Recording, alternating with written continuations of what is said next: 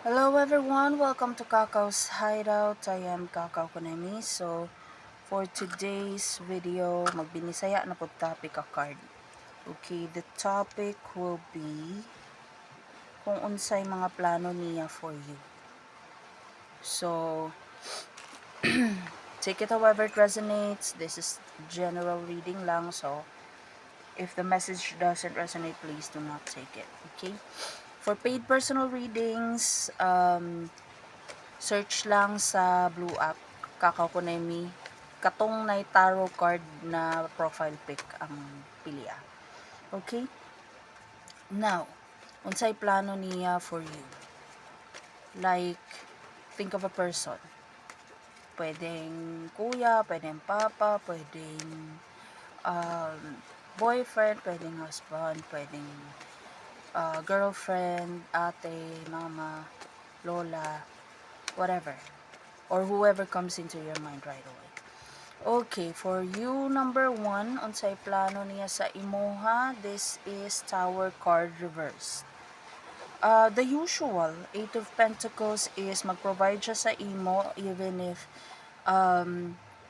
tawag nito, after all of the troubles na you and this person had been through, maybe you stayed, and then 8 of Pentacles is like rewarding you with something na he really worked hard for. So maybe this person is aiming to acquire a big amount of money, and maybe this is someone na you've been loyal to all your life. Pwedeng this is your kuya nga kanang maybe this is an eldest brother, eldest sister, and then maybe nag-stop sa kag eskwela para makagraduate siya, or pwede po this is your father na tawag ani let's say na stroke, then you were the only one taking care of him, and then maybe ano siya kanang tawag ani gatabangan po niya yung kaugalingon nga maayo pod siya aron makatrabaho siya aron i-spoil kaniya. Basta the main focus is to spoil you rotten. Na parang after all you've been through being with me, murag mo give back siya sa imo ha. Okay, kay number 2, unsay plano niya sa imuha, the cards are saying devil card, to make you stay. Murag by hook or by crook, dapat dire ka lang. Or pero naperwisyo ka, wala siya ipake kung naperwisyo sa imuha or advantageous siya sa imuha. The main tawagan ni goal is to keep you with him or her. Okay, bottom of the deck is 6 of Pentacles reversed. So this is someone who's very selfish, not necessarily mo give back siya. Murag convenient man ka ikip, so diri ra ka. Napamangkay pulos ako, diri ra ka. So wala ni siya ipaki kung naperwisyo ka niya, kung nagkasakit-sakit ka because of him or her, or nadaot imong budget because of him or her. Basta needed ka pa man ka, diri ra ka. Very selfish. So try your best to let go of this person. Kay simbako maunsa ka, this is someone who will not hesitate to let go of you kay wala na kay focus. Okay? Now, kay number 3. Unsay plano niya sa imuha?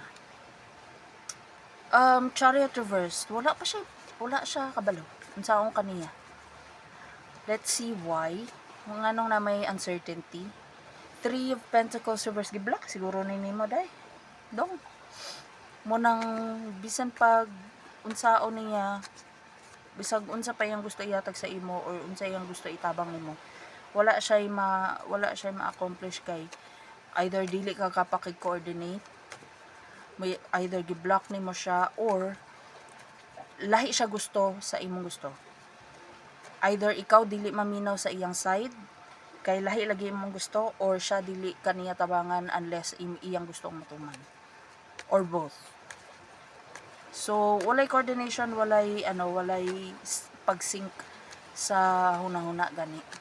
Very incompatible. Okay? So what do you need to do about this number 3? Ayaw sa i-block.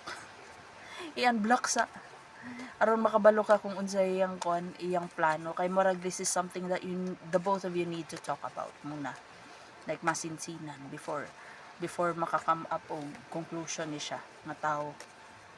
Murag kailangan pag common ground, kailangan pag compromise in order for you to um, have an agreement on anything.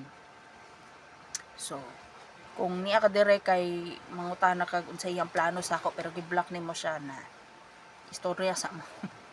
Okay. Anyway, that's all I'm seeing here. And if you would like to have a paid personal reading with me, just send me a private message. That'll be all. Bye.